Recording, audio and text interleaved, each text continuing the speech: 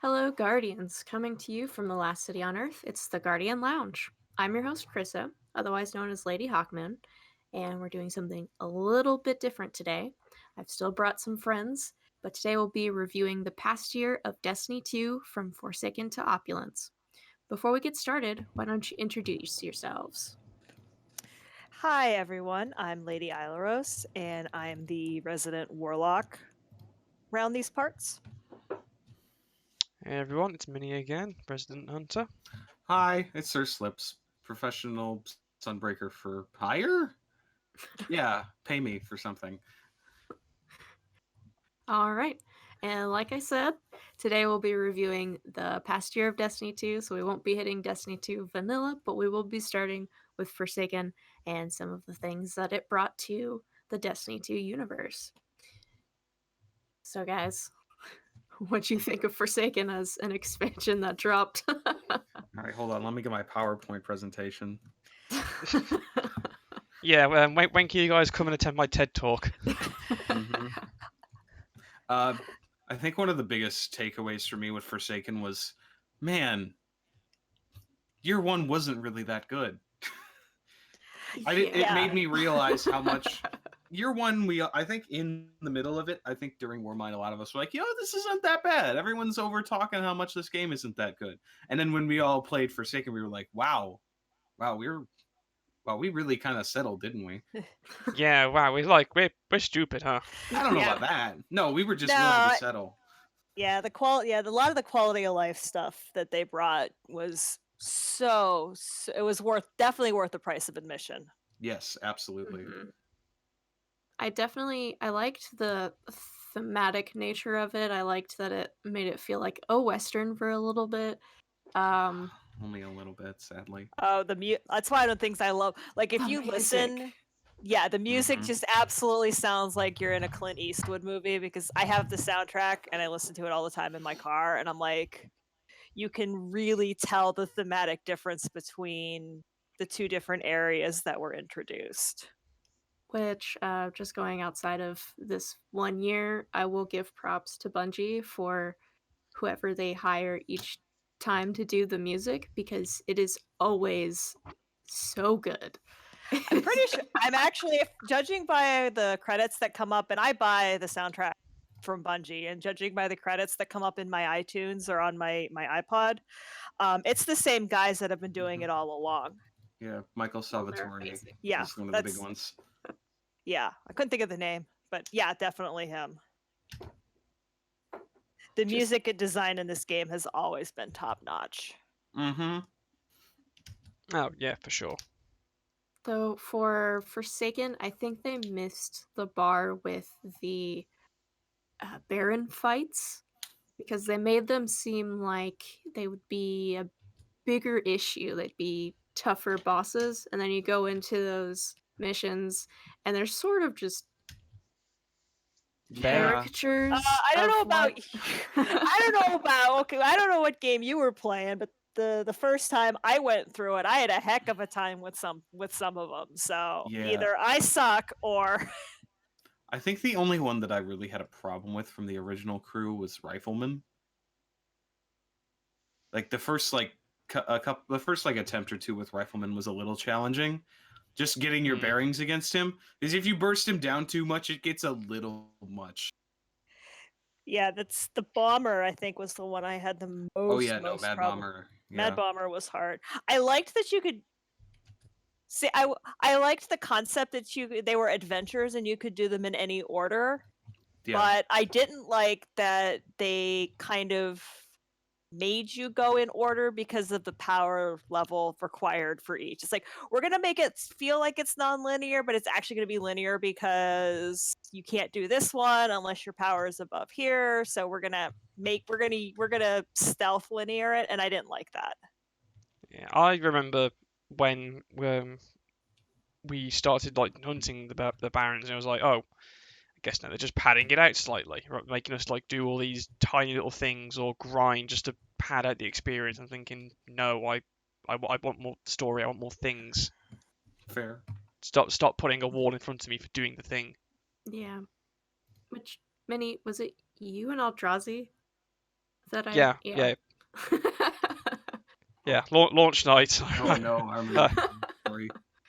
Oh, but I do have a video of us, and it's my favorite video. And one of the things I love is that the lost sector that's directly next to Spider is too high of a level when Yes. you first get in there. And so I have a video of Mini Eldrazi and I going into there and getting just stomped by that first guy in front of the door Oh, because The he could one bouncer. hit you. The Yeah. bouncer. He's Before you're the literally a right height. bouncer. Yeah. And all of us just being like, what's going on? I think we all had, because I definitely had that experience too. Oh, lost sectors. That's where you go to, get Get lost. to get lost and level up. Splat. Oof. Though it's also hilarious because I walked in and Hope for the Future started playing, and I was like, no. No. Songs followed me to Destiny 2, year 2. Bungie paid Sir Paul McCartney a lot of money, It's true, they did pay a lot of money. and they gotta somehow recoup that. This song is so bad. It is really awful. Like, really, Sir Yeah. Paul? Really? I had forgotten it was a thing until just this very moment. You Mhm. always do, and then you hear it and you're like, oh yeah, that did It was happen. really bad. And it That- does have a music video. Wait, what? Yeah, it does. All it literally Get is. the fuck out of here! No way. Slips. If Didn't know. No. I don't think I knew, but I don't think I've ever watched it because I was just like, that's not a thing I need in my eyeballs. No, You have I to. don't. All- It's an experience, TM. Does it I- have Destiny things in it? Yes, Oh, only like the no. bare minimum. The bare minimum. It literally has him being, like Sir Paul McCartney, being projected out of a ghost. Oh, no. Oh god, I'm It's looking so at the good. I'm looking at In- the in thumbnail for front. this. Oh no. Yeah, it's like oh. Why It's would so you ever good. do this? Because Because we his- have Sir Paul McCartney. Or And was we it need to his, reasoning that his grandkids play Destiny or his Something kids? like that, yeah. It was one of those, my You wanna kids told me take it I off? should do it, and then my kids came back and said, Dad, why did that suck? Well, Oh man. We've introduced you to a cultural touchstone for the Destiny fan base, I Which don't is- know about that one, Chief. forgetting that Hope for the Future exists Oh, yeah, and then okay. remembering it. That's fair. That's okay. Yes. So in Destiny 3, it'll rear its ugly head at some point. Oh, Oh, I'm no, sure. we'll get the reprisal that'll actually make it sound nice. Like, in the music, when you go to see a musical, if the number isn't that good, the reprisal always makes it better. Like at the end of it, when they re-sing the I main theme. don't think that's possible. No, What if we had they'll a do an boss- instrumental cover on them. Yeah, that does an instrumental cover of Hope for the Future, and they just change it just a little bit, and that's the Yeah. boss No, music.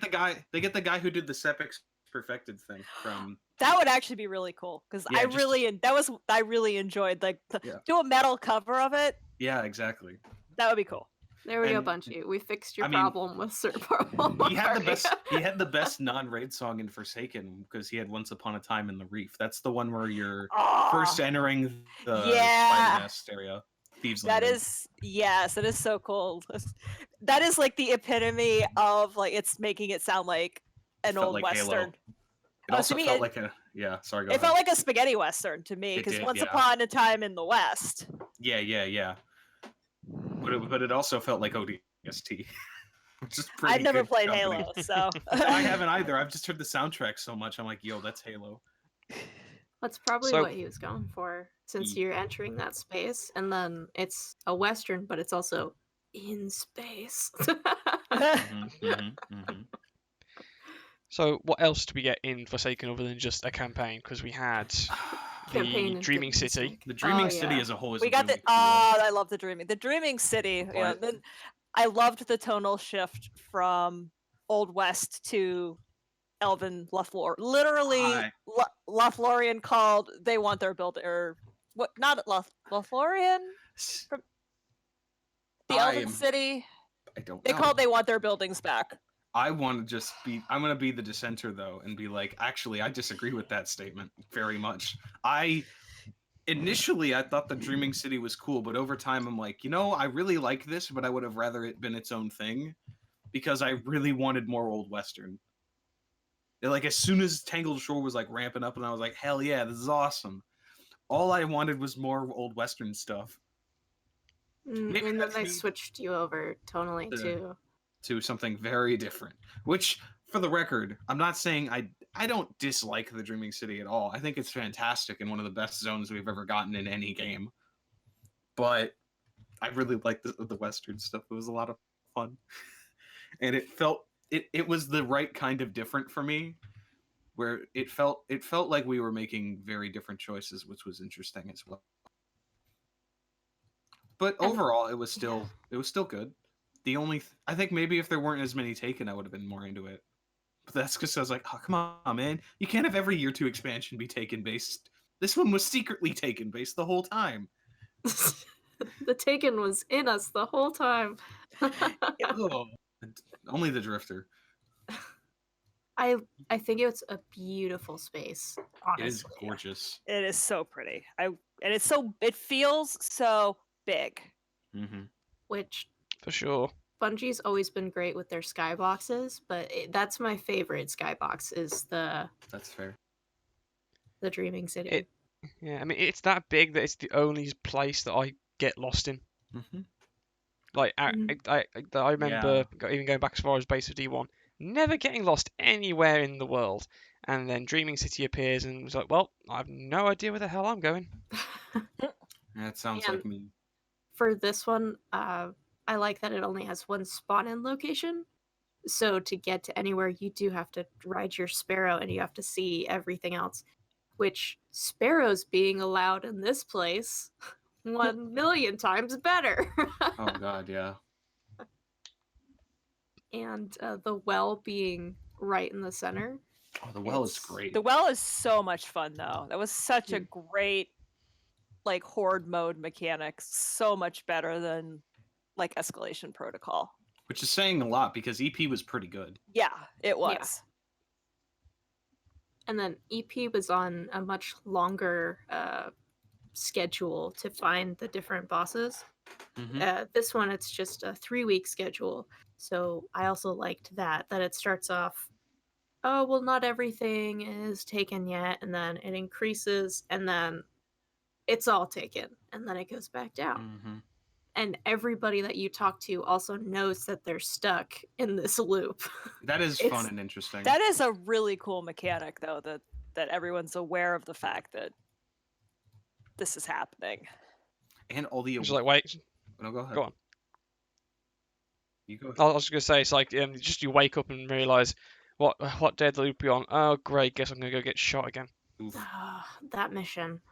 I felt, but that's why this is such a good, like, there was a lot of story, but it wasn't like all part, the campaign, the different missions and the different, I loved that all of the patrol, like the find a place patrols all had like pieces of like lore and story in them in the Dreaming City, the Shirochi patrols, which I will someday finish. But just the way that they doled the story out to you, that made you use some of the mechanics, I enjoyed that. Yeah, and I love all the secrets of it. It felt like some of those first weeks, like you were discovering something new almost every day, like a cat location, or Yes, how the to open cats. this chest, or how to get this boss to spawn. All of those set of chests. Yes. Oh my god. Yeah, but that was cool. I mean, it kept us engaged and interested in the game for really the long term. I was playing easily every day for the entirety of that first section, That's true. And it did all come to a head. It all culminated with the raid. Yeah. The Last Wish raid. Before we get into the Last Wish raid, I just want to throw out the point that Warden of Nothing is the best strike we've ever gotten. And it's yes, fantastic. absolutely. Warden of Nothing I think deserves a special mention of being genius and really, really fun. Yeah, it's such a fun strike. Let's do a strike in the middle of the strike. Let's do a round of prison. Yes, Prison of Elders. Thank you. Getting to do prison again was really cool. Yes. It made me miss prison, but that was by design. So good job. Hmm. But yeah, Last Wish. So good. See, I think the salty baby inside me, that's inside most gamers, was like, man, I love Riven, but I hate Riven so much. Yeah. It's a really interesting Yeah. design, but it's also incredibly obtuse. It's That's why the only way I've done it before is just the cheese method, because I Yeah. do not have the mental capacity at the moment to repeat, It's learn Riven. it's very hard. And the only reason I think it's easier for us is because our dear friend Mr. Flip made a website designed to make the encounter easier. yes. The whole, honestly, the whole raid. Yeah, but at the same time, it's still and the fact that we had to like take notes and establish something during a lot of the raid is cool. But it's also like I don't want to take notes when I'm playing a video game. I don't know about you, Even but the I raid. was taking notes during Spire to keep track of what was Oh, what. I couldn't Ufa. Spire without my iPad either, so Spire was very, very hectic. I don't like Spire, but that's for another video. yeah. But the only thing that I wish that the raid had been a tiny bit shorter, just because it feels like but the warping mechanic kind of negates that. I agree, but I also appreciate that it feels like a real. It is very difficult by design, and it is very intense. Yeah, it's It's- a very intricate raid. Yeah, it reminded me of Leviathan, where it felt like a departure from what raids were usually. You needed to be super coordinated. Yeah, now granted, Just that's not necessarily a thing for like Kali and Morgeth, but Shirochi, you got to be on point. Oh, Riven, you God. got to know everything you're doing, and for getting the heart back, you got to be 100% on board. It's not like the most difficult thing ever, but your team has to be coordinated to do things correctly. And have Yeah. a basic understanding of what you're doing. Because if you're doing it for the Yeah. first time, it takes a little while. Ugh. Oh yeah. Yeah, I should also clarify that I don't dislike Last Wish, and I don't think I actually dislike Riven that much. This feels like more nitpicking than anything else. It is one of the better raids we've gotten. Yeah, it's definitely. I would say arguably it's better than anything we had in year one, but obviously that's because they had a whole year. I think of Eater of Worlds lessons is much learned. better, but that's fair. I just really like Eater of Worlds, though. That's personal preference. Yeah. I don't have any concrete, like, logical. I can't defend that like in a court of law. I just really like Eater of Worlds. I like that they come up with all these neat new in all the raids from year 1 and year 2. Though they introduce new mechanics, new things that you have to coordinate with your group, and it does kind of keep it fresh, especially for groups like us where we play together a lot. It's very true. Mm-hmm. One of my favorites from the Last Wish, is when you're dropping down, if you're doing the damage phase for Riven correctly, when you're dropping down and you have to shoot all That of was so those good. taken like blisters. The blisters, Those yes. are so sick. But you also have to watch out for everything that's coming towards you. Mm-hmm. But it just looks so visually exciting because you're still attacking this boss, and this huge boss is directly in front of you. You get It's to just- finally see her in like full size. Yeah, it's not just her Yeah. face sticking from the whole thing. You realize that, gosh, that's big. Yeah. That's a big dragon. Mhm. Yeah. Which Forsaken, such a good expansion, came with all of that wonderful stuff. And then afterwards, we got Season of Forge, which Oh boy. All right. I I'll will just preface. I didn't play this one quite as much just because I was busy, and this one is a grind-heavy expansion. I felt. Oh yeah. Yeah, it was It super is- grindy. They were like within like the first week, they were like, Mhm. Bungie came and was like, yeah, okay. We realised that not everyone was expecting it to be like this. We're sorry that we've done it this way. We'll try not to do it in the future. Please don't be mad at us, because not like everybody, but most hardcore players just wasn't getting to the content at the rate they were accustomed to. That was the biggest problem with Season of the Forge was the literal entire reason to play was not accessible for the first week at least. Like you physically couldn't do the Forge. You couldn't get to a high enough power level to do the Forge practically. Yeah. Because there's only like there's a plentiful amount of power sources now because obviously we're at the end of the season, season pass lifespan. But back then all we had was just your basic powerful sources. Yeah. So it was like what 2 or 3 powerful sources a week. More than We had Crucible. We had was Gambit a thing yet? Yeah, that was season Gambit 4. was a thing. Okay, so Crucible, Gambit, Vanguard, but Gambit, not Vanguard, Prime, I don't Nightfall, the Nightfall. A couple things from Spider, Flashpoint, Heroic Adventure, maybe. Okay, so there was I'll quite rephrase a then. few, but you had to There's quite have a few. time to play them. The other problem was the power boost wasn't necessarily that big. Oh no! Well, the power boost took you to I gotta think now. Wasn't it 6? Yeah. No, because 690. No, because I'm just thinking. Was it 690? Because I'm thinking. No, that's season 6. We went to 650.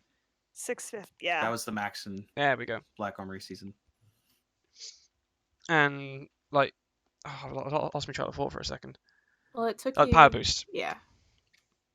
The power boost took you to literally the bare minimum, but as we were just saying, the power sources were like literally you had to be doing everything all the time. Like Destiny at that point had to be your day job if you wanted to be doing the content at the rate that you were accustomed to. And even for some people who were grinding that, you had to have 3 characters to do it because you weren't getting the right drops. There wasn't an outlet at that time to get specifically just an armor drop or specifically just a weapon drop. You probably got all weapons the first week or all armor and then had to do a second character to get weapons. Wasn't with the start of Forsaken when they changed the whole infusion economy as well? I think so. Yeah. Yep. They may have done. Yeah, I believe so. So you got to think as well how, whilst it's not like personally to me it's not ideal now, but when they introduced the whole infusion economy changes, it was a disaster for anybody but people who literally had like a whole bank's worth of cores and mats. Mm-hmm. So you got to think, yeah, you may spend like a week doing every powerful source you can and getting all this gear, but it's not what you want. But you're stuck with it because you can't infuse it into the gear you do want. You're stuck with it until you go to the planets and do the planetary stuff, and then... Or unless the spider was selling the right thing that day. Kind of had to wait for the spider's rotation. I remember doing that a lot. The whole thing just wasn't ideal, basically. No. It just wasn't ideal. And for that one, they did some sort of... I felt like locking people out of some of the earlier forges until it was a certain point in time wasn't the correct call to go with, because locking people out of a raid seems fine, good. The raid releases on the same day, we're all going to race for it. But they locked people out of Bergusia, and we couldn't even get through that first like opening section to open Bergusia, and they had to give us Bergusia. Yep. Oh, was that the puzzle? Was that the puzzle? Niobe Labs, yeah. Yeah, was Niobe Labs. Nobody could solve the puzzle. Yeah, they couldn't solve it fast enough, and people were like, well, we have to wait for all these streamers to open it, because we can't. And none of them could. Can't. Yes, and if they can't do it, then who can? And then Bungie was like, okay, yeah, we're just gonna... Here, you've got Bergusia now, go have fun. Yeah, just like, all right, you know what? I had this whole elaborate thing set up, but you messed it up, just take the keys and go. Did anybody ever actually solve Niobe? Yes. Yeah, okay. it's been done. It's definitely doable, and I think it happened maybe the week after the forge opened because that was another way to get powerful drops. Okay, because I know it's sitting in my quests, and it's probably one of those things I should just abandon because I know it's not going to happen. It's true. Oh, I kind of didn't do it. I don't think people in our group have. Ouija probably has. Yeah. Or at least 2 other people. Word and Ouija probably Word, too, man. yeah. Did. Love you guys. But Niobe Labs isn't. Once it opened, it hasn't been like a high priority. It doesn't really give you anything. No. So with that though, we do need to talk about at least what I personally feel is the bane of my PvP existence, the exotics. Oh, One exotic in particular. Talking about the toaster? is it a toaster? Which is apparently supposed to be a set of bellows. I was yesterday years old when I realized that. Yes, my also favorite gun, Mm-hmm. Jotun. Oh, I hate Which, The best gun. fun fact, I was doing competitive the other day. I res somebody, had my res shield, and got instantly one shot with a Jotun. Nice. Mm-hmm. Yeah. And were they pretty Nice. far away from you? Yeah, they were a sizable distance. Yeah. Yeah, that sounds about right. Yeah, that's Jotun. Awesome. That's I love Jotun. it. I love it. It's not awesome. It's No, not It's not awesome at all. awesome. It is I not love it. awesome to take a Jotun to the face Yeah, but I use the multiple Jotun, so I- times from the same person in See, 2 the problem minutes. is I'm the one using the Jotun, so I don't care. Oh, okay, so you're the problem. You're part of the Yeah. problem. That's how I got my first salty message. Krista was there. She can attest that this is real. I got someone to PM me that they were angry at me using Jotun. Well, not. Slips was so excited. It was. You his have no first idea one. how hard I've worked for this moment. Did I've you worked take my a picture entire of life. it? No, but I told everybody. You have no idea how hard I've worked to get someone to be so angry at me because I'm good at a video game. And it was all because of Jotun. And the game wasn't even that good. It was just like I got like a 1.2 KDA. It was like that's nothing. That's a bad game for me, or at least a medium game. Like I said earlier, I feel like I guess it's karmic retribution because in D1 I was that person who took Gallarhorn into the Crucible and jump, shoot, duck. Yeah. Yeah, 5 to be seconds fair, later, so and so fair, died to rocket launcher. Yep. I will hold my hand up and admit that when House of Wolves was balked, I took full advantage of that for the Luna's Howl quest. We have to get fire kills. Oh lord. Oh yeah. I wasn't even around for them, but I've heard enough stories to know that you're a monster. No, for Yes. oh goodness. Jotun. Look, But yeah, Jotun is so overpowered in the Crucible. but it's the I most wouldn't call fun. it overpowered because it is. You can dodge It's not it, that OP actually. and it's not like truth levels of tracking. Yeah, truth is the worst. Truth is annoying, Truth is but it is irritating. definitely part of the meta, which makes it annoying. What is At least truth? part of the meta for people who sort of need that a little bit of boost from the tracking on Jotun. Why does he get 3 rockets? Why? It doesn't make any sense. It in man. D1 slips. That doesn't make that. Look. You don't have just because you did a thing before doesn't mean you have to still do it. If we complained about it then, it's still here. That's not. It didn't stay here. It went away. It could have stayed away.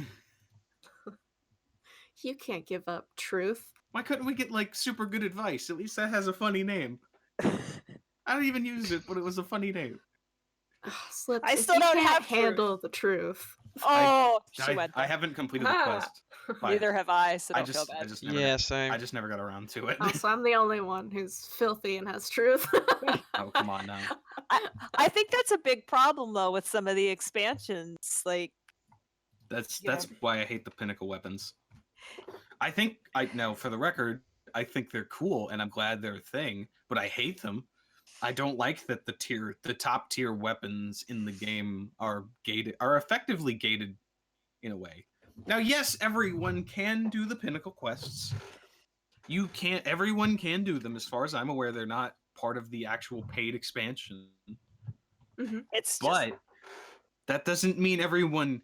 Just because everyone can do them doesn't mean everyone can do them. You know what I'm saying?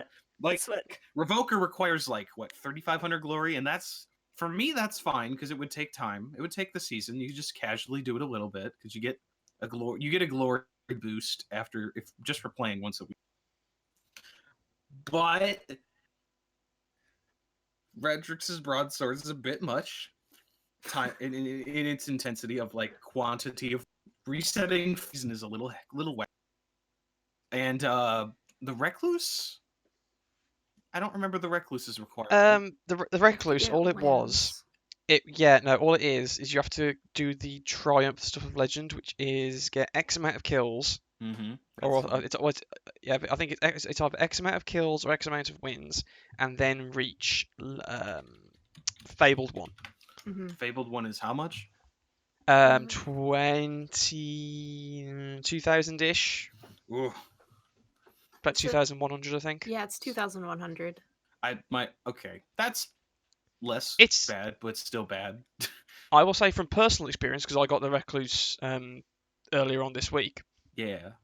Brr, brr, brr, brr. Congratulations. woohoo. That's getting from heroic 1 to heroic 3, and then being so close to after that was such a pain. For weeks I would bounce between heroic 1, Yeah. just take heroic 2, go back down to heroic 1, go under heroic 1 once or Yeah. twice. I've been there. I have experienced this with League of Legends when I played back in the day. Of like, I just want to get to gold, man. I just want the free skin at the end of the season for a character. I don't even know who it is. I might never even use that character, but I want the thing. Yeah. Mm-hmm. Like I will flat out admit I probably got lucky this past week with my competitive matches, because I've done this entirely in solo queue, just entirely with randos. Oh God, why would you do that? Because I'm a terrible person and I hate myself. You could have asked us. I mean, yeah, but again, I'm a terrible person and I hate myself. Oh, come on now. One of those things isn't true. You're not a terrible person. Which, while we're on it, Crucible and PvP this year has been abysmal. Awful. Yeah, They really needed to do some sort of help for making it a little bit more fun, adding something for Crucible players to do. Like I know there's actual quests that involve playing the Crucible and you can do the pinnacle weapons, but there's not Trials of the Nine anymore. There's not something for them to do to feel good every week. Glory is nothing. Because comp it's fine and fun, and resetting your comp every season, I'm sure, is what mainly Crucible oriented players will do, but it's also like that's all they've got. It's just play comp a bunch. I can't even remember. I didn't even play Iron Banner the most recent. I haven't played Crucible in so long. It's so bad. Can I jump a few seasons ahead and complain about Iron Banner this season? I thought that I want to say about Iron Banner because the Iron Banner was in Season of the Forge, yeah. Yes, it was in every season, of course. Yeah. I have a distinct memory of loading into Iron Banner and just getting mercilessly killed because the power, the power balancing being turned off, and just not being able to do anything that entire season because, well, I was a bit more casual then because I had other things. It's like, well, I'd like to do the thing, but no. Yeah, sounds about right. I think that's a big part of. I mean, it was definitely bad in Season of the Forge, and I feel like it's gotten a little better, but not much. Is that Bungie expects us to have Destiny as like a second job, and it's not sustainable if it's not something that you're doing. Like if you're not a streamer or you're not somebody who does this all the time. Oh no, don't get me started on streamers. Well, I think it's Bungie trying to find a balance, because if they make their game too casual, then everybody goes through the content too fast, and then we have those large content droughts where we leave Destiny and then they have a smaller player base, and people who join a little bit later miss out on some things like it'll take longer to queue into something or find a game somewhere. So they've been working on that, and towards the beginning of this year, it wasn't a good balance at all. It was heavily in favor of streamers and people who were like, we want this game to be very hard and grindy. And then while everyone else was like, we don't have the time for that, Bungie was like, how do we sort of make this grindy, but only in some areas without making everything feel like it's a slog just to get to the part you want to get to. For some of us more casual players who have a job and a life outside of Destiny, but want to come in and still do the raids and still have a chance to do that harder content without having to, I don't know, do the powerful stuff every single week and also time out which of our dailies are going to be there and stuff. Yeah. Yeah. Do some sort of Excel spreadsheet to make sure you have all of your powerful gear in order so that you're getting your powerful drops correct. That's not fun for us more people who have something else going on. And so I think that they're sort of getting that right closer to Shadowkeep. So like Season of Opulence didn't feel quite like that, and neither did Season of the Drifter. It felt a little bit less as grindy as Season of the Forge did. It was still pretty bad, but it wasn't as bad. Mm. One final thing I want to touch on before we move to other seasons, and then Slips, you can talk about a bit more about stuff in the further seasons. We had not Festival of the Lost. Was it Festival of the Lost? The Halloween event. Yes. Festival of the Lost was October, so that'd be after Forsaken. I think it was after Forsaken, just before Forge. Forge, but I think part of it carried on to Forge because it was the long quest I'm on about, which is Thunderlord. Yes. Yeah. Thunderlord coming back. That was such a good side story that you could tell they actually put time into it. Yes. That was super enjoyable. And they brought back Ava. I love Ava. Oh, definitely. I love Grandma. And then they did the Dawning again. That was another one that happened in December. It was Season of the Drifter, so yeah, December. Mm-hmm.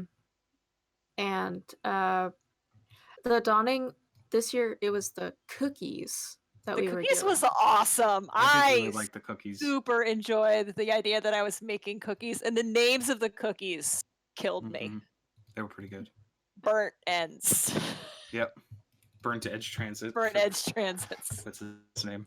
That was the best. I mean, I just appreciate that all we ever gave Hawthorne was Birdseed. It's the whole like the whole planning, execution, naming, writing, all of it was just on point. Also, it had sedatives because of the shaking from season 1. Birdie sedatives. Because he just would vibrate into the next dimension. The one thing I do want to say about the Dawning is I think that the Sparrow, they could have done better with that. It's an awesomely designed Sparrow and it's got cool stuff, but it was a very long process to get. And when you finally unlocked all the unlocks, all of them only applied during the Dawning event. So you'd unlock it and it'd be the end of the Dawning event and you don't really get to enjoy, oh hey, my Sparrow now spits out glimmer. Yeah, I don't understand why that was. It's like not even that big of a thing. It's one at a time. Yeah. So why not just leave it around? Game breaking at all. So that was the one thing I didn't like about the Dawning. I enjoyed making the cookies and handing them out, but the Sparrow could have been handled differently. I don't know if I ever got. I don't know if I ever even got the Sparrow. Did Ava came back in the festival or the Dawning? I think Dawning, right? I think she didn't come back till the Dawning. Yeah. Yeah, it was Dawning. The lore was really cool for that. I enjoyed those lore books a lot, especially the Shax one. Oh, the Shax one was the poor It was very Shax. precious. Poor Shax, the most precious cinnamon roll. What was he giving, a bow to Mara. someone? Mara? Yeah. See, Mara. the thing that happened to me was I got a bow after I read it. So I was like, oh, he's talking about me. No. He's 100% talking about because he says something about I've destroyed one of her books. Oh yeah. Look, I didn't read that part. I was just very excited. I was like, oh, he loves me so much. He got me a gift for the dawning. Look, that means a lot. He thought so long and hard. He worked really hard to make that for me. I'm gonna put it up. If I could, I'd put the bow up on my fridge if I had one. You do. It's from Crimson Days. Ouch. Yeah, you're right. You're right. The vow. The vow. I have the hoodie right now. I'm literally wearing the hoodie. This is really nice, and I'm glad they finally made a hoodie for a seasonal thing rather than a shirt. Or a long sleeve shirt like the Thunderlord. Yeah. Man, So- Beyond that, the Crimson Days was medium. It was I think okay, I Go on. guess. The problem was that a lot of the stuff, other than the vow, what else was there to get that wasn't last year's stuff? Yeah, I stopped once I got the vow. I was like, and we're done here. yeah. yeah. One thing I think we can all agree on is that Bungie just needed to let go of the forest. I actually, I don't I've been know. in the forest for so long. I like the forest. I like I really like the Festival of the Lost Forest. And I thought the Revelry was fun for what it was for a little bit. But at the same time, I also like playing things that are new. Yeah. Not things that are just reskins. Yeah. Yeah. Or look, ooh, now it's dark, it's spooky. Yeah. I mean, at least it was more interesting than fucking Arc Week. Look, Manny, I'm afraid of the dark. It was very spooky. Does Arc Week even count as a holiday or a festival thing? Probably not. I Nah. think it was good as a retooling instance. I think that the ARC subclasses did need some help. What they've done with the Titan Super, I appreciate because it's OP, and I love having a Yeah. super that lets me kill everybody, and then, oh look, I've somehow ended up in your spawn area. I'm gonna kill you again. That is true. I forgot about that part. But it is unfair to everyone else. Who cares? Who cares? We've worked hard to deserve being overpowered. I will ape strong together. We're useless in PvE, so if they're gonna make me good in the game mode I don't play, then I guess that's cool. Yeah, which I think that was after Season of the Drifter. Yeah. It all kind of Or runs together. during. Yeah, which after Season of the Forge comes Season of the Drifter, which is our Hooray. first Gambit focused season, Eh. where we The got Civil War. All right. Gambit Prime. How much do we want to talk about the Drifter? Because that's Let- probably let- a let's- whole other Let's episode. focus on the mechanics because I think the Drifter is an Yeah. episode that we can have. I think that's a Later much. Yeah. But I will say I was Team Drifter. I was also. I think we're split 50-50 in our Yeah, teams I now. I was team Vanguard solely because the Drifter asked me first. Hashtag Praxic Order. So there you go. I mean Honor sucks. I hate Honor There's so our much. 50-50 split where 50 Drifter, 50 Vanguard.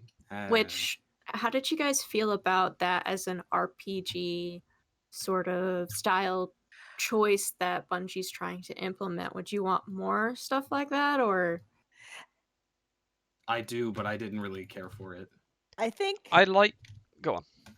No, go ahead. I have to form the sentence. So. Okay. I liked the idea of it that involved the wider community and sparked discussion outside the game. I am a little bit of a sucker for kind of ARGs and like interesting concepts like that. Mhm. I remember way back in the day of PlayStation 3, PlayStation Home, there was an ARG in it called XI. And I was head first diving into that with a search for everything to do with that, and I loved it so much. And I love how that elicited a similar reaction in the community with the whole divide and what did it mean, what the differences were, what your choices made for the game as a whole. And then we Mhm. found out it meant jack all. Yep. Yeah. And I think that was my big problem with the choice is at the end of the day, no matter where you went, it had zero effect Ramifications. or ramifications. Yeah, it's you still, both quest lines had the same requirements. It was same requirements, I think same missions as well. The Same only difference missions is how they couch them. And I think if they're going to go RPG stuff, they're going to have to people are going to have to accept that if you make these decisions, it's going to have some long-term ramifications. Mhm. I think the only notable difference is that sometimes in Gambit or when you just speak to the Drifter as a whole, if you're on the Vanguard side, that Oh, he would yeah, like he- make calls- snide. Yeah, he's sniper remarks. he is salty as He heck. calls us snitch a lot. Yes. But for Hey, a snitch. little while there, he was doing that to everyone, Mm-hmm. no matter your I remember choice. that. I remember hearing about this. So it still didn't feel like it was a choice that I made to stand with the Drifter because nothing happened. Nothing came of it. No Vanguard member came up to me and said, "Hey, I'm disappointed that you stood with this crazy guy instead of with us. We've been fighting with you for a while." The Praxic Order didn't come and knock on my door.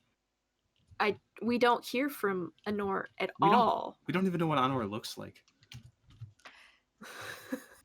See, I was like with the Praxic Order, like in sending us those messages, I was expecting like the one day, like literally, like you said, ladies, them knocking up and being like, "Dung dung dung.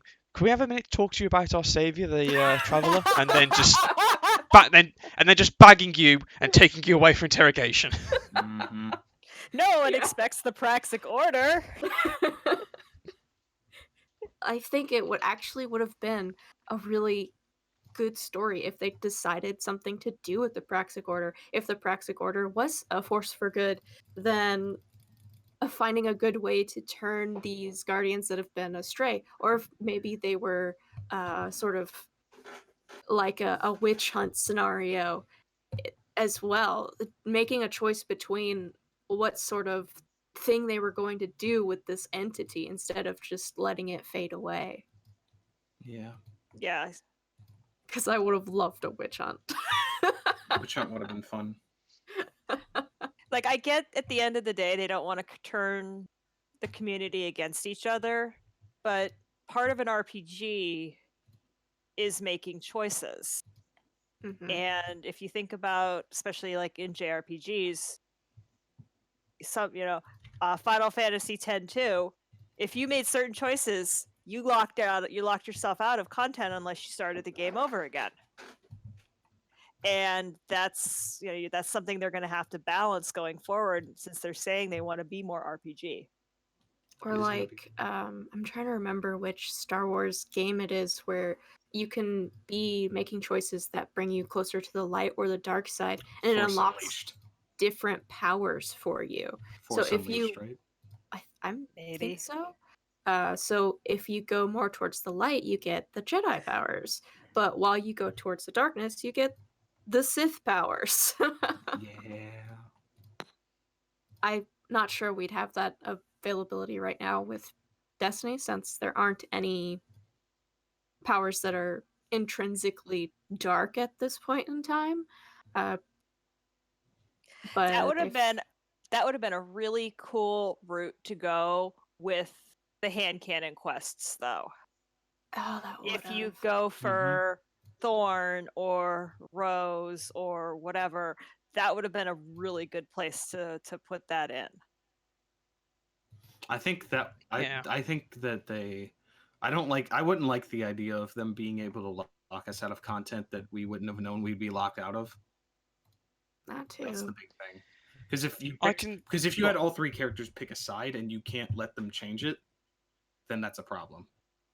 Yeah, see, the way I could see that working is obviously, say for example, that the Drifter side would get Thorn and the Vanguard would get Rose. Mhm. People would be up in arms that there's that split, but they'd also be up in arms the fact of, oh great, now I've got to go do this on my other character just to get the other gun. Yep. But at the same time, other games have done something like that. Like even just basically WoW. You choose between the Alliance and the Horde. Yeah, that's exactly what I was going to say with WoW Classic coming out, and it's you had to pick a side at the very start of the game. Mm-hmm. And it locks you out of certain races. It locks you out of certain abilities that are heavily tied to which race you choose. Just all that kind of stuff. I think it would also be interesting if they did something sort of like Dark Souls, where as you made darker choices, you're physically changed by it. Like the darkness sort of starts to take over because you see that with Aldrin as he's Yes. making terrible choices. It's affecting his face. You can see the darkness that's taking hold of him, and that's very cool. But I don't know what they do for the light. You just stay the same. I don't know. You get a halo. More radiant. I don't know. You're brighter now. Oh boy, great. More visible. Yay. So I think we all agree that Season of the Drifter, it was fine, but it wasn't exactly like, It came with its ups and downs. The less said about yeah. Reckoning, the better. Oh Yeah, no. it really is. Flavorfully fun, but a lot of what was Mechanically actually able terrible. to be done was lame. I understand that we were so overpowered that they needed a way to instantly kill us, and that's why the bridge has all that stomp mechanic on it. I have never once gotten across the bridge. It's just, It's- I think it's not a well-made encounter. But I think Bungie, to their credit, in the most recent statements they've made, they've owned up to the fact that we were trying to solve a problem. We probably could have solved it in a better way. This is why we did what we did. At least they kind of owned their oops, which I have to give Yeah. them credit for. And they're trying to fix it. I'm not sure that the changes will actually make it easier because it's not always the health of creatures that's the bad thing. Though definitely removing the negative modifier will help. It's just the whole thing probably would need a revamp. Definitely the bridge section. Yeah, I just found Reckoning not. That whole season was just not fun, and I think I did what I needed to do to get to max light to keep up with the clan, and then really didn't touch it a whole lot. Mm-hmm. Which, the point I made earlier about how it is grindy, but at the same time not as. It doesn't take as much grinding to get to the high or top tier things. But once you get there, it is so much grinding to unlock everything else. You don't need everything else. You don't need all the sets or all the helmets. But to get them, it takes so much grinding.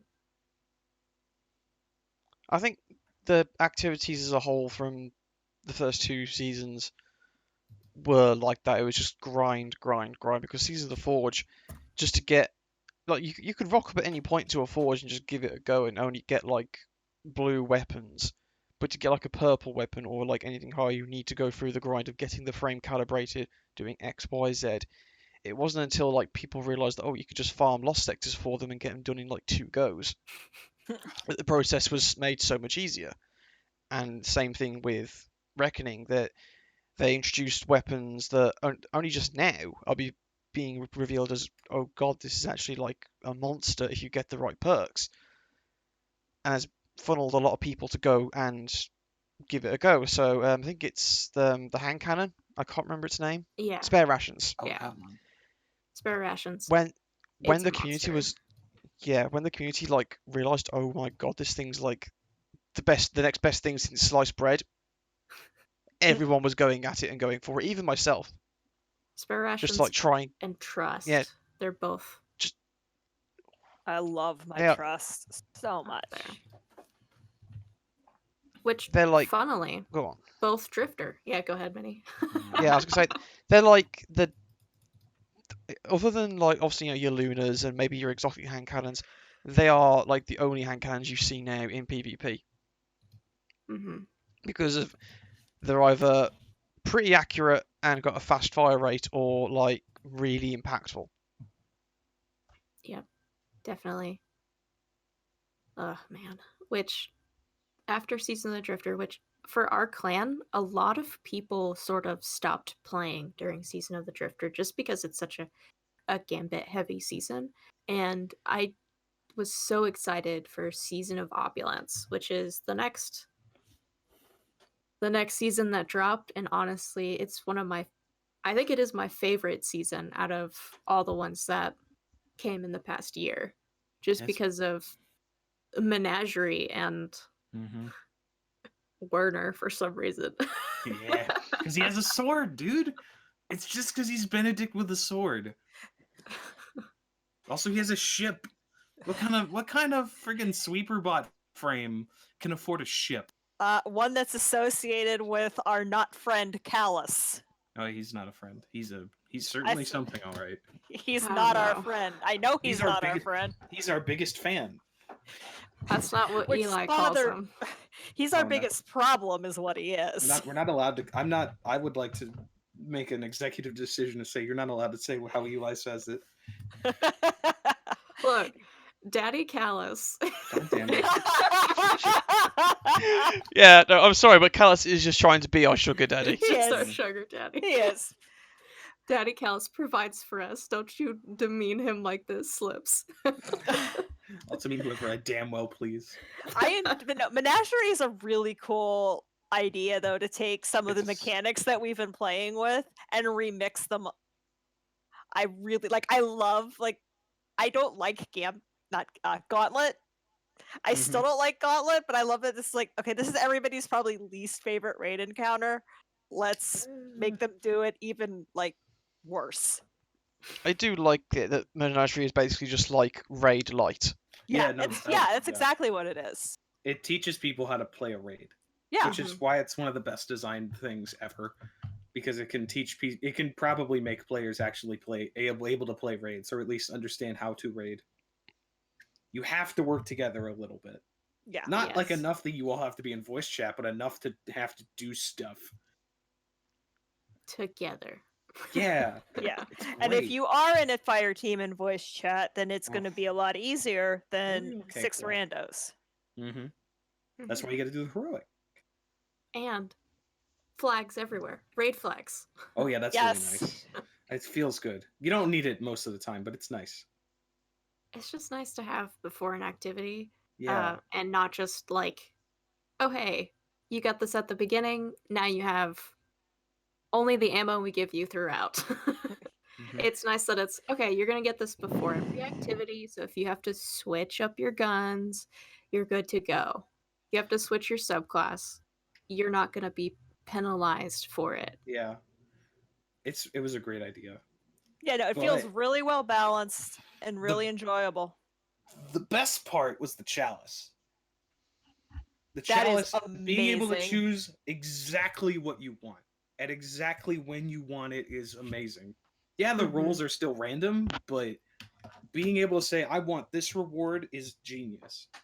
Well, even if I have a bond, I like the rolls on the bond, but I want to bring it up to light. Okay, I will slot the runes into my chalice to get a 750 bond and infuse it. Yep. Yeah. It's great. I'm so glad. That is my favorite. That is one of the best parts of that entire season. And it Also, didn't take grinding to open the menagerie. yeah, No, that it would have didn't. been It was bad. there. It's a grind to get all the Imperials because I still don't even have blue runes. Oh, Lord Almighty. Oh yeah, that's definitely Imperials were annoying, but not the worst ever. Yeah, I mean, it turned into a big Glimmer and Matt's sync Yeah. because you would go back and forth between the Spider and Werner.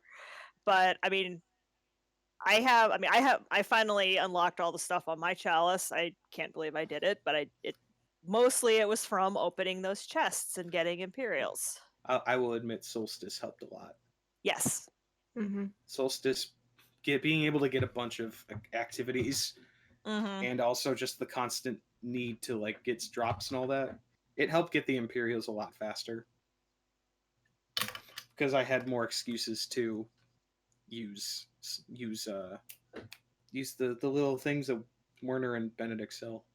Yeah, the little boons or whatever. Yeah, it's nice. Which, speaking of Matt and Glimmer Sinks, Yeah, tribute hall.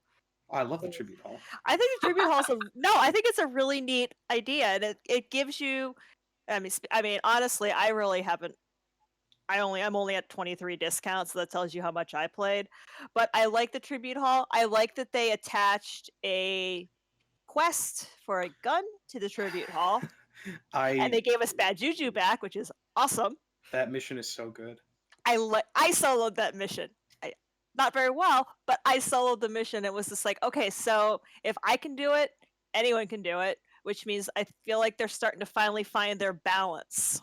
Mm-hmm. Mm-hmm. I think that I felt like I was playing Doom a little bit too at the end there in that quest, where it was just like, oh god, everything's so cool. There's metal or rock music playing. I'm in like some evil. I'm fighting like evil demons because it's taken. Yes, but it was so so good. But I think the no, go ahead. Oh, I was gonna say my favorite part is just the chicken head at the end. No, go Yeah, the ahead. chicken head. Yeah, the bad juju is literally manifesting and asking you to feed its soul. Because Tolan just goes full metal in that one. It's so good. It's so good. I really like the tribute hall because it reminds me of my favorite part of Warframe, which was the clan dojos. Like your clan has its own zone that you customly build.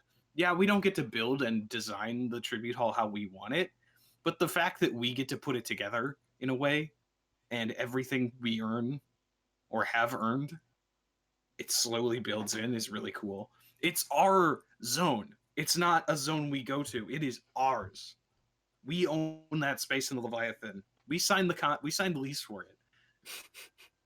Callus has gifted us a place to exist. He didn't give it to us. Daddy Callus bought us a nice little place. He owns the Leviathan.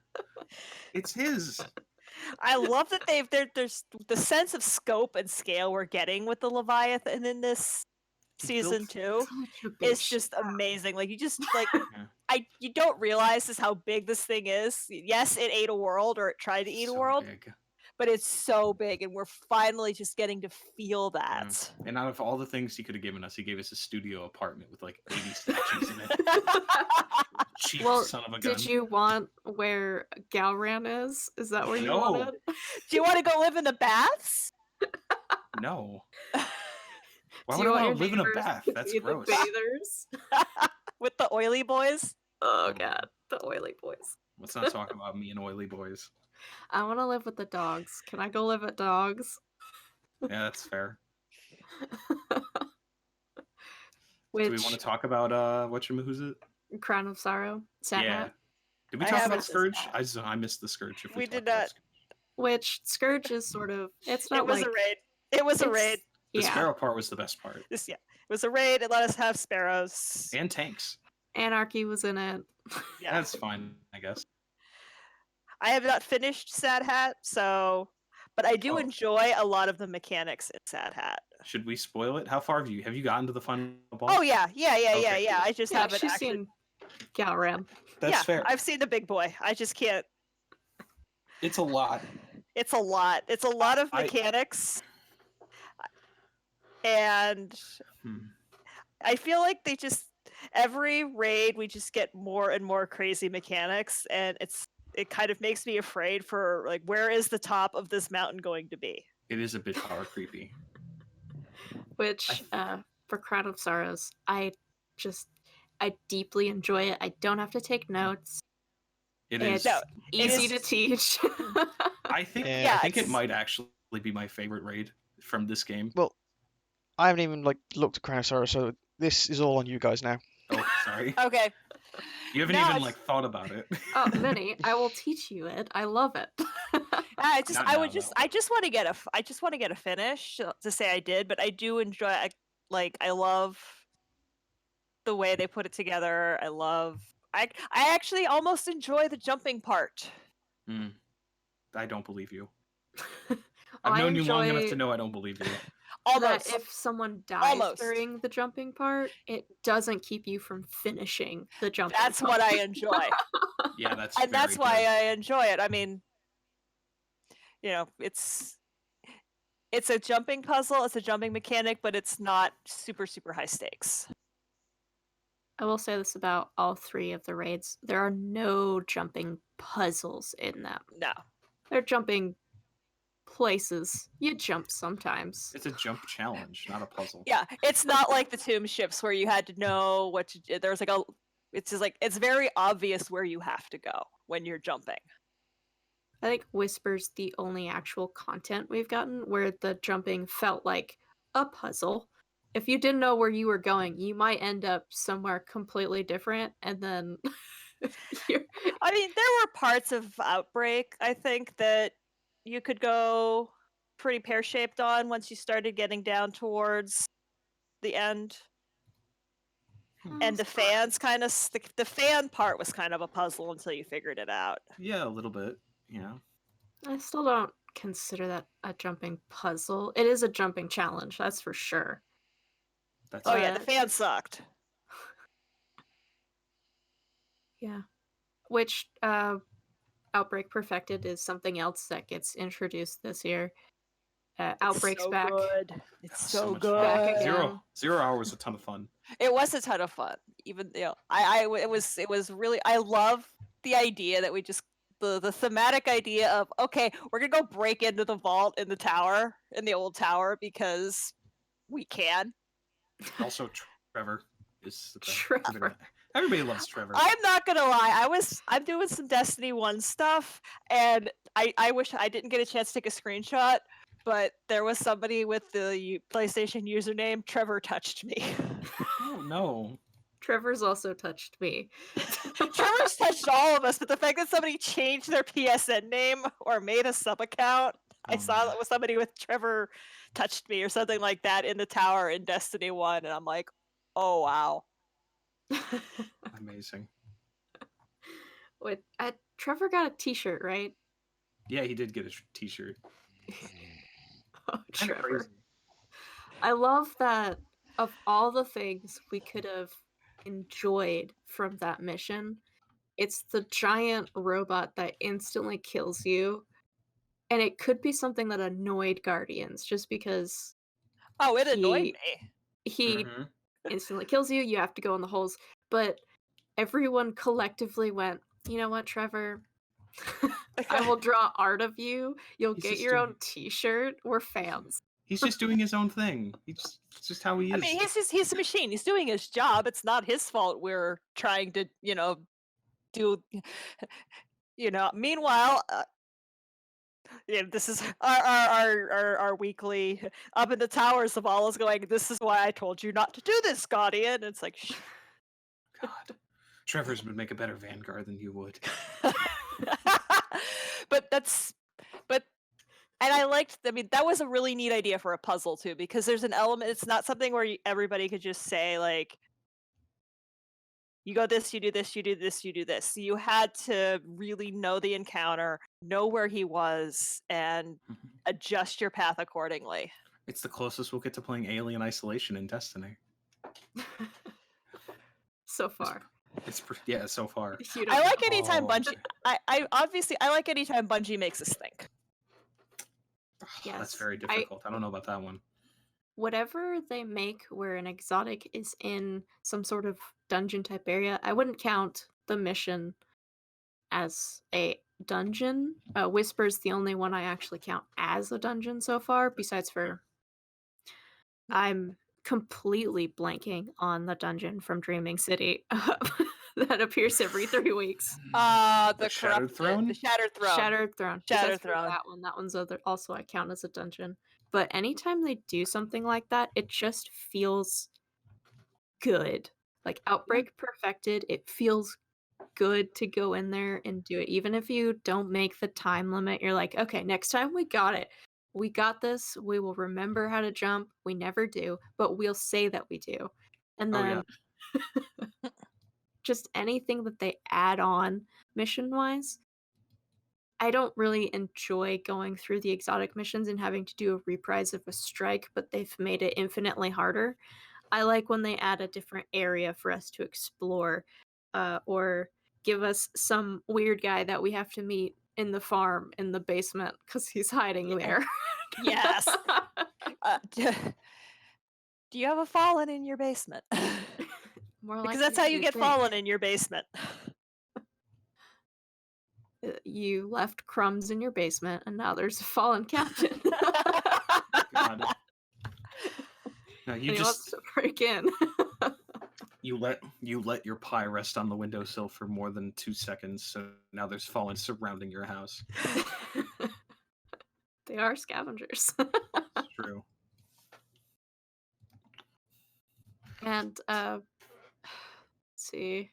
The only other thing that I think is a bit awkward with this last year is how many exotic hand cannons we got, and none of them were Hawkmoon.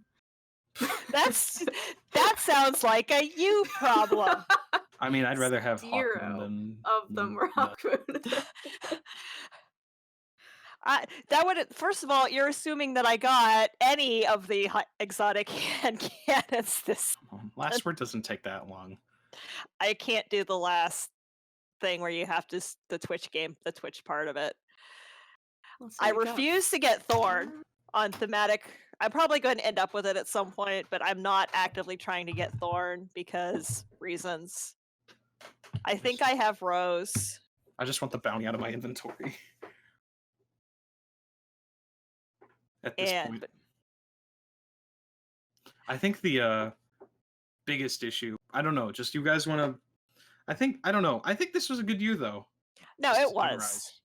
It really was. We got a lot of good quality of life stuff. We got, I think through all of their missteps, I think Bungie has a better idea of what their player base is looking for.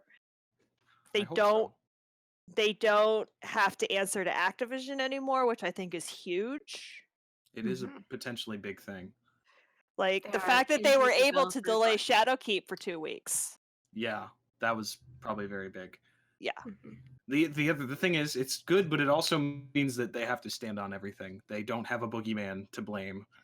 They are simply themselves, which is either going to be great or bad, but we'll find out. Shadowkeep looks. I'm like not cautiously optimistic for Shadowkeep. Normally, I would be like, you know what? All right, this might be all right. Like when Forsaken was announced, and they were like, "Hey, we're killing Kate," and I was like, "Hold the phone. Y'all gotta handle this with like 12 out of 10 quality. Otherwise, this is gonna kill the game." But they We'll did get it. that. Well, yeah, I say we'll get into that, but they did a really good job with that part of it. They're bringing back Eris, which I'm super That's hype great. about.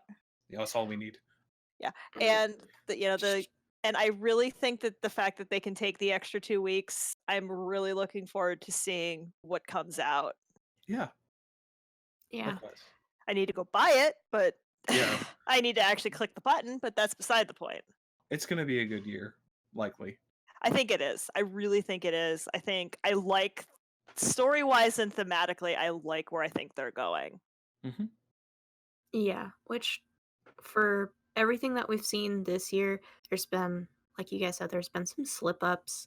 There's been things that they've learned from, and that's what I think is most important, because you don't see that with a lot of developers. Bungie actively listens to what everyone's saying, and they do have to make decisions. Like when we had the big uproar for the cores, they said, Oh, yeah. we're not going to take them out, we're just going to make a new place for you to get them, because we still want them there. So they don't always go, oh yes, we'll give you whatever you want so you play our game. They are making decisions, they are listening, but they're also responding. And like in latest updates, we get actual numbers to tell us what's increasing, what's not increasing. Yeah. We get updates every week. We're finding out all sorts of information that in previous years we would not have been able to find out at all. It would have been a surprise.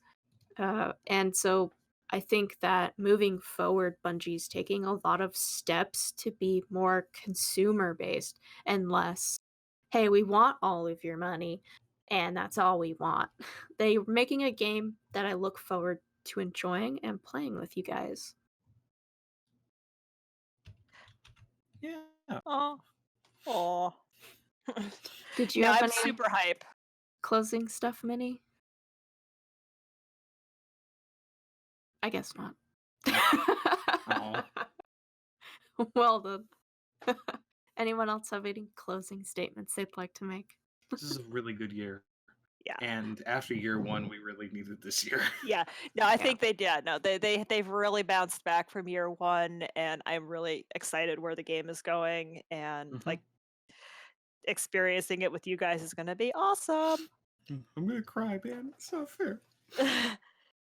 As long as they stick to the landing with Shadowkeep, Destiny 2 will Yeah. go out on a high note. And Yeah, I think it will. people will fondly remember this game past Curse of Osiris. Shadowkeep and Season of the Undying, I think, will also be a determinant factor too. Yeah, absolutely. The whole entire Shadowkeep season will need to do well. But if it does, I think people will be able to put their hands up and chill until D3 and be kind of okay with it. As long as nothing catastrophic happens. Oh, you just wait. Something will. Oh, God. Curse of Osiris 2, baby! No! Hey, Curse of The Osiris. super infinite and half infinity billion forest. Full name. All right. Oh my goodness. Well, the sweeper bots are coming in to clean up. So let's get out of here. Thank you, everyone, for sitting down with me. Where can everyone find you guys? I stream on my Twitch channel, twitch.com/Lady Ilaros. Twitch.tv. Twitch.tv, is that what it is? Yeah, Twitch.com is definitely not a thing. Okay. I don't know. It's bookmarked on my computers. I just start typing and it comes up. That's fine. Yeah, so I stream on Twitch, my Twitter at Lady Ilaros. I'm actually probably going to be streaming here in about 15 minutes. That's a little which is kind of weird because y'all won't be listening to this, but yeah, come watch me fail at old games. I am Sir Slips. As of this week, I am now an affiliate on Twitch.tv. Yay! Yeah. Congrats. Thank you. Yee. I worked very hard sometimes. I play a lot of video games, mostly Magic Arena, but then I also play other games with my friends and try other weird stuff. Like I tried Enter the Gungeon for the first time this week. That was a lot. Twitch.tv/SirSlips. I try to stream 4 times a week at least. Will post a schedule every week around Sunday, somewhere between Sunday and Tuesday for the rest of the week. On my Twitter, which is twitter.com/SirSlips. Just add SirSlips on Twitter. It probably makes more sense. But yeah, follow me there. I do stuff. I have a YouTube channel too. It's easy to find links to everything. I try to make it easy. But yeah, come watch me be kind of funny and kind of bad at video games. All right. And thank you to Minnie as well. I'm guessing that something happened to him, but I'll go ahead. And he's miniwak on most things. Sometimes he does some streams and sometimes so just look out for that as well.